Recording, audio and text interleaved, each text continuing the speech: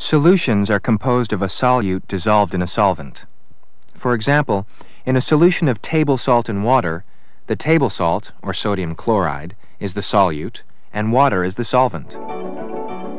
When sodium chloride is added to water, the negative end of the water dipole aligns itself with a positively charged sodium ion located on the surface of the crystal. Similarly, the positive end of the water dipole aligns itself with a negatively charged chloride ion. These forces are known as ion-dipole attractions. The ion-dipole forces are so strong that eventually the ions are pulled out of the crystal and into solution. In other words, the ion-dipole force is stronger than the force that keeps the ion in the crystal lattice.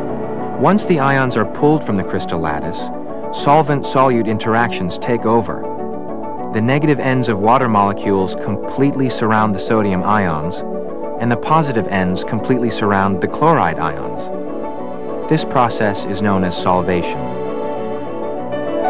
As the solvent pulls more and more solute particles into solution, the chance of solvent particles colliding with the crystal and reattaching increases. This process, the opposite of solvation, is called crystallization. When the rate at which solvent particles are being dissolved is equal to the rate at which they are reattaching, a state of solubility equilibrium exists. When this happens, there is no net increase in the amount of solute entering the solution. When a solution is in contact with undissolved solute, it is known as a saturated solution, and the amount of solute needed to reach saturation is known as the solubility of the solute. Sometimes a solution can become supersaturated.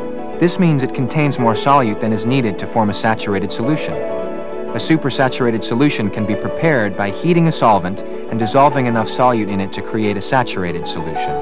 When the solution is slowly cooled to room temperature, it becomes supersaturated. These supersaturated solutions are very unstable.